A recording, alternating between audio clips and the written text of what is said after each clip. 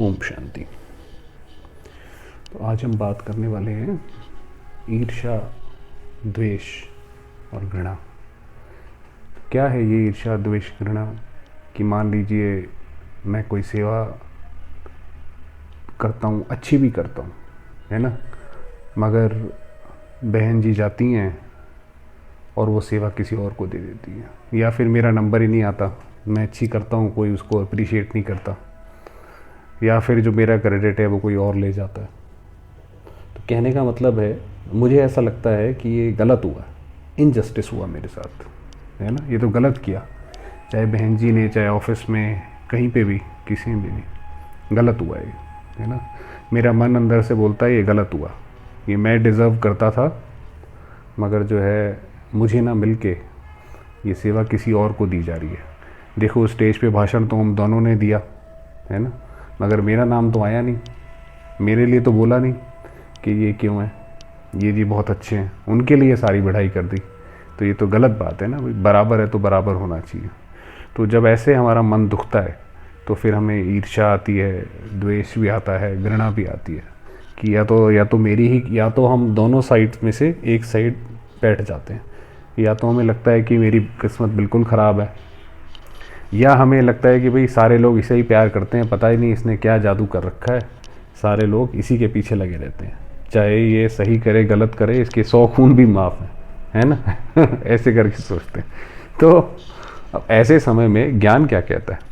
बाबा का ज्ञान है, अगर हम इस समय अगर अपने मन को हम समाने की कोशिश करें, चलो भाई कोई बात नहीं, एक बार हो गया, 2 बार हो गया, रहना तो वहीं है, कल फिर होगा, तो फिर क्या करेंगे?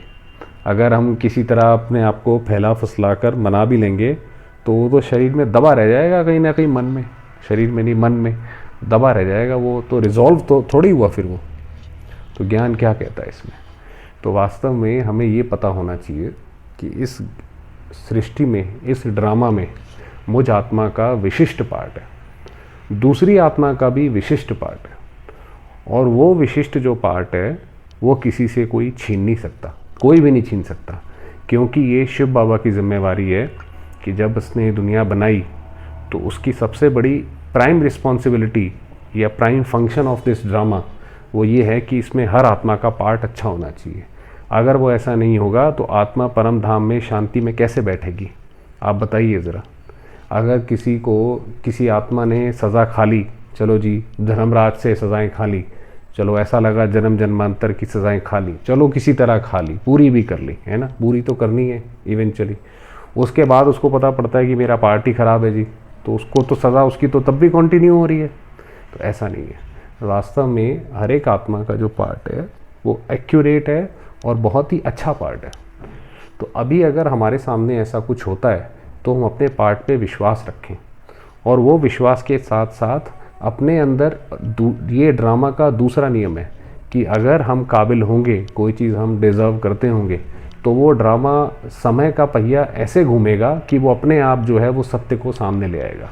शिव बाबा की सत्यता भी तो वैसी तो होती है भाई, दुनिया तो अपने उसमें मदमस्त है, वो तो कहती है भाई भगवान से क्या फ़र्क पड़ता है, हम तो यहाँ मस्त हैं, लोग कहते ही हम तो स्वर्ग में हैं, मगर वो समय का पहिया घूमता है और वो सत्य को अपने आप सामने ले आके खड़ा कर देता है।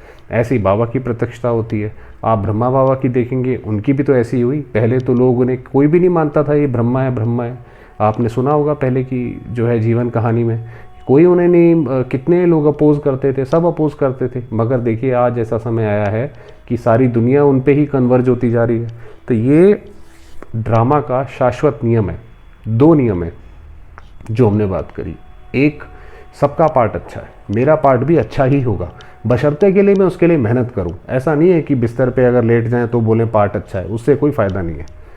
तो क्योंकि गेम को उसकी स्पिरिट से खेला जाता है, तो इस पूरे ड्रामा को भी हम स्पिरिट से खेलें कि एक ये विश्वास रखें कि भगवान न्यायकारी है, उसके इस ड्रामा में कल्याण है। अगर आज मुझे कोई चीज़ मिली है उसमें भी मेरा कल्याण है, कोई चीज़ नहीं मिली है उसमें भी मेरा कल्याण है, ये दोनों चीज़ों में कल्याण है ना। और दूसरी चीज़, साथ साथ अपने अंदर वो काबिलियत आप लाते गए।